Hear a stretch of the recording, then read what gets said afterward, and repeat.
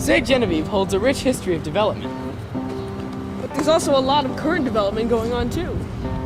And there are many things planned for the future. The town of St. Genevieve has had a great history of development since it was settled 3 miles south of here in the 1700s. The historic district, there are confines, of course, because there are certain things you can and cannot do in the historic district. But as far as the development of the community industrially, that's not going to happen in the historic district. That's going to happen on the outlying areas and in the sections of town that are not of historic importance. So I don't know that that's really been detrimental to the growth of St. Genevieve from the manufacturing or industrial standpoint. I think to some extent, when you have the historical nature of the community like we have, I think that limits it in some respects. And I think that's not necessarily a bad thing, because you want to have the development that accentuates and complements the historical nature of the community. As St. Genevieve grows, it gains more specialty business stores, like the NASCAR store. Oh, I think they're great. I think the more things you get in town, the better off you are. And if you ever noticed, when you see McDonald's and the Taco Bells and the Subways and all those, the fried chicken places, they all congregate kind of in the same area, because they all do better business if they're all in the same place across the street or alongside of each other or right down the street, than having them spread all over. And that's pretty much what they've done in St. Genevieve. When talking to the kids at the skate park, they told us what they think would improve the town. They said they would like more modern conveniences, such as a movie theater and a bowling alley.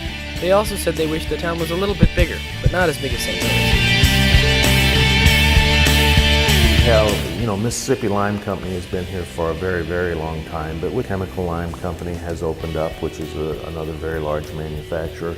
The Wholesome Cement plant is working on through all their permit process to open up, and that's going to be a very big boon to the community. Well, my company's involved in several projects right now. We're building some new homes out in Valley Spring Estates.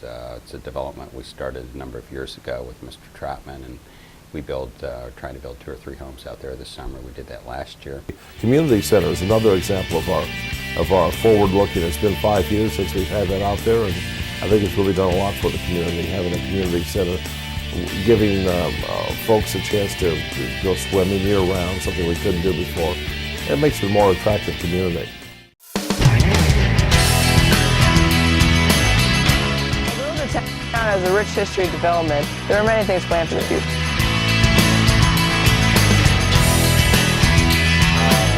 A quick and simple answer is slowly to moderate. Well, it's going to be a slow Slowly. The town is developing very slowly, unfortunately. However, there is progress being made. I personally like the way it's going right now at a slower pace. I really don't want a boom economy personally for the quality of life, and the reason I chose here now. I think we're going to be in the hunt for good manufacturing facilities, and of course, hopefully the tourism is economic development. I mean, people come to town and spend money. Balsam Cement Company, which is an international company based in Switzerland, is planning on building the world's largest, or at least North America's largest, cement plant.